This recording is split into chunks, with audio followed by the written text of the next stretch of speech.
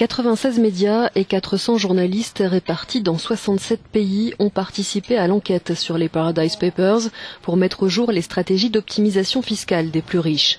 Depuis plusieurs jours, les révélations tombent en cascade et elles concernent aussi bien des personnalités que des multinationales, de la reine d'Angleterre à Nike en passant par Bernard Arnault ou Lewis Hamilton.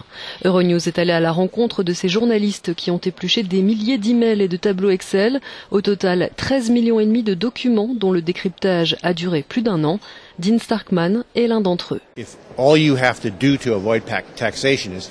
Si tout ce que vous avez à faire pour éviter de payer des impôts, c'est d'être riche et de vous entourer des bonnes personnes, ce n'est pas juste.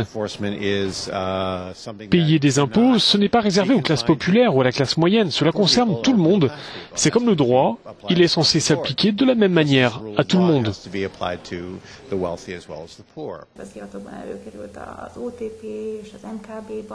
En Hongrie, les journalistes de Direct 36 travaillent depuis des mois pour faire la lumière sur les montages complexes des entreprises pour échapper le plus possible à l'impôt.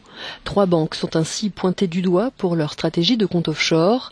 Direct 36 a également établi des liens entre les grandes fortunes du pays et la sphère politique. Et d'après ces journalistes, c'est tout le paysage politique hongrois qui est concerné. On entend tous les partis politiques dire qu'il faut en finir avec les comptes offshore. Quand de nouvelles affaires éclatent, cela a un impact un peu limité à court terme.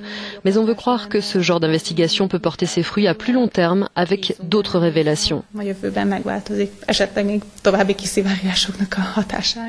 Difficile d'évaluer à combien se montent les pertes fiscales pour les États. Le journal allemand Die Süddeutsche Zeitung parle de 60 milliards d'euros pour les membres de l'Union européenne. D'autres experts estiment que l'évasion fiscale européenne est 2 fois plus importante. Au niveau mondial, ce sont plus de 350 milliards d'euros qui seraient cachés dans les paradis fiscaux.